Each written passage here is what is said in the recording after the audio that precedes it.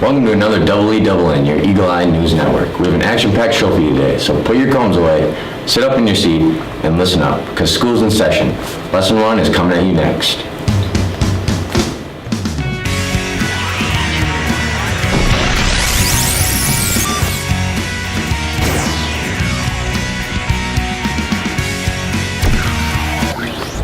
We'll kick today's show off with football. Let's turn back the clock and take a look at a couple of top plays from our victory over the McRae Wolverines way back on October 17th.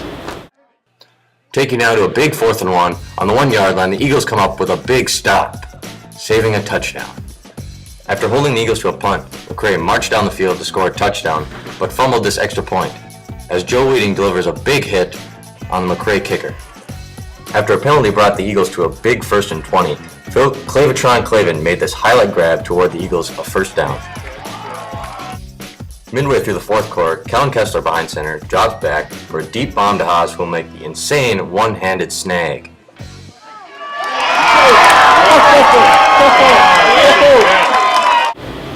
And on this past Tuesday, our boys were seeded 5th, traveled down to Canby to take on the number 4 seeded Lancers. In this quarterfinal round of Section 3A, the Lancers took down our Eagles after a mutually hard-fought game with a score of 25-12. That put an end to another exciting football season, but congratulations to all the players and coaches on another great year. Now a word from Coach B. We just finished up our season this year, a good year. We ended up 3-5. We had a lot of close games. We had our last playoff game on Tuesday, lost a close one to Canby. Just like to thank the seniors for their years of dedication and commitment, and looking forward to the year coming up. And again, thank you to the fans and the community for all their support, and wish everyone a great winter seasons. Thanks, Coach B. Now on to other sports. Tennis team completed their season as Kylie Jan made it to the section semifinals in singles. And the volleyball season is now officially over with their loss Monday night in Cottonwood versus the Lakeview Lakers. They ended with a 6-19 record. Cross country ran last night in Adrian, so tune in next week for full coverage from the section meet. A message from our LQPV drama department. Drama department is having a rummage sale in the costume closet. It's going to be held Thursday and Friday, the 24th and 25th, from 3:30 to 7. And Tuesday and Wednesday from 3:30 to 5:30, and it'll be held in the theater. So come down and support the drama department. Thank you. Recently, students in grades 5th, 6th, 7th, and 10th went through a hearing, vision, height, and weight screening. This is an annual event provided by our school nurse's office, in which Mrs. Piotr is in charge of. The 4 grades out here, and both elementary buildings, went through the screening. Thanks, Mrs. Piotr, for looking out. We will be back after a video from one of our sponsors. Climb up in my lap and drive if you want to. Girl, you know you got me to hold on to. We can go to town. Baby, if you'd rather, I'll take you for a ride on my big green tractor.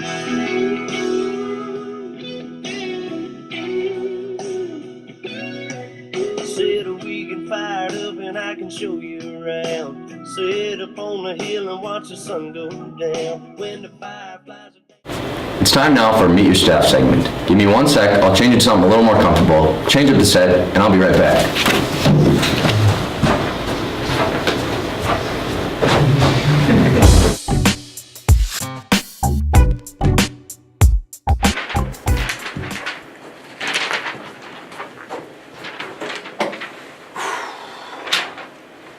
Hey out there viewers, we're ready for another segment of Meet Your Staff. I'm Brandon Hill, joined here with Tony Smith.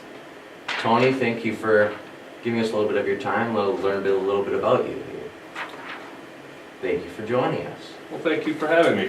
See, what we're going to do here is we're going to ask a few questions to get to know you a little bit. Then we're going to play a little game called Rapid Fire. Does that sound good? Sure. Okay, so I'll start you out with a couple questions. Where were you born and raised? I was born in Dawson, Minnesota, and I was raised in Madison. What high school did you attend and what activities did you take part in? I am a fellow Lacoparo Valley Eagle. I graduated in 1995. I participated in football, basketball, and baseball. Okay. I know you have a family. Tell us a little bit about that. My wife, we've been married for 7 years. We have 2 boys. Nolan is 5 years old and Cooper is 3. We just moved back into the area 2 summers ago, and we're living south of Madison right now. What did you do before coming here to the battle? I was a 5th grade teacher in Maple Lake, where I was a football coach and a baseball coach there. Okay, what do you teach here at the Valley? I teach 6th grade. I teach 3 sections of social studies, a section of language arts, and a section of science. What do you like most about being here? The friendly people, and surprisingly enough, there are still some people here that when I was going to school, they were teaching, so I remember seeing them, and some of the coaches are still around, so it's just kind of a nice, comfortable feeling. Do you take part in any extracurricular activities while teaching here? I'm a football coach. I've done some reffing, hope in the weight room, and baseball. Okay. What do you do outside of school in your free time at home? Well, I really enjoy eating. I do like spending time with my friends and family, watching sports, playing some softball or baseball or golf.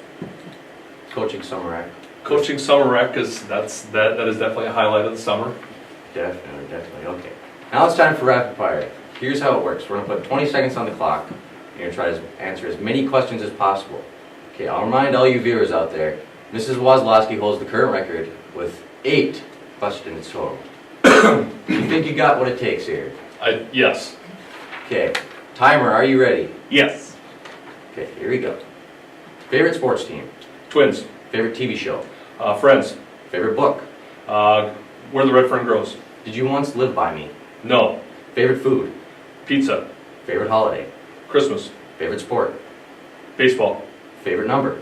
16. Favorite neighbor? My cousin. Favorite color? Red. Ding! Tony, you answered 10 questions total. You are now the new champion. Congratulations. A mighty victory. Somewhat due to me as well. On behalf of all the Eagle Eye News members and all the students here at the Valley, I want to say thank you for your time. It was great getting to know you, playing a little game with you. Thanks a lot. Well, thank you very much, sir. All right, guys, back to the studio. Thank you. Brandon Hill, meet your staff. How do I look? Good? It's good? Okay. We're rolling.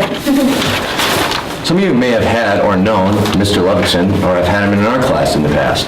He has moved to a different district, but left his footprints with us. Mr. Ludvigson wrote up and was awarded a large grant from the Minnesota State Arts Board. There are 3 parts provided by the grant. The first one was dance. Let's travel down to, ironically enough, Mr. Smith's room and take a look.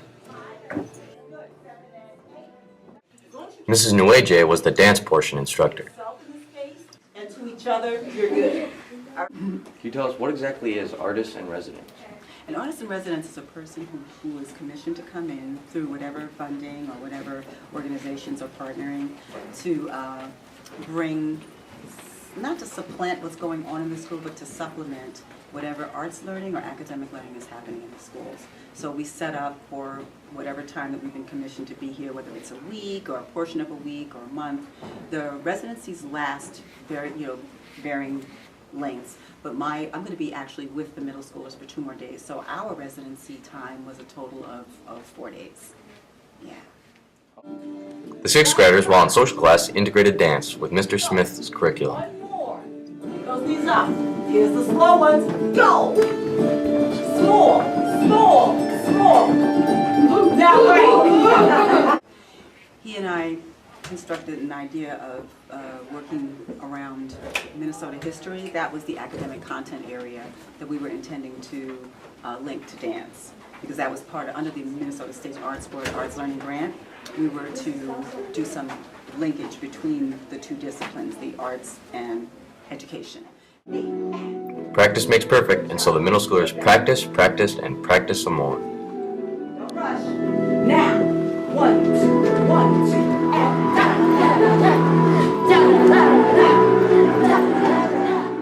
what I've been doing with them is getting them involved in their breathing, because my job as a teaching artist is to illuminate the intrinsic value of the art form itself.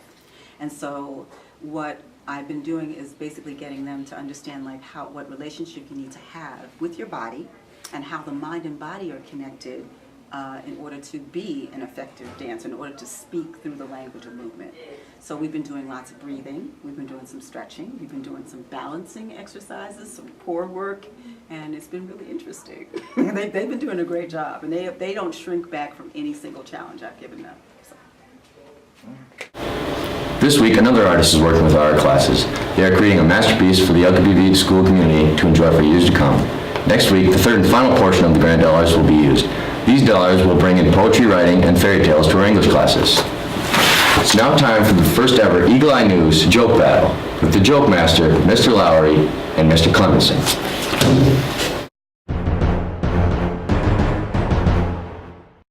So Brandon, what do you call two guys standing next to a window? What? Kurt and Rod.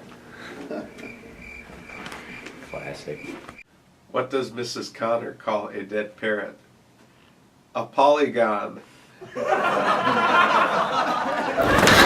Mr. Lowry, what a funny guy, huh? That'll do it here for Eagle Eye News Network. I'm Brendan Hill, reminding you to fly like an eagle.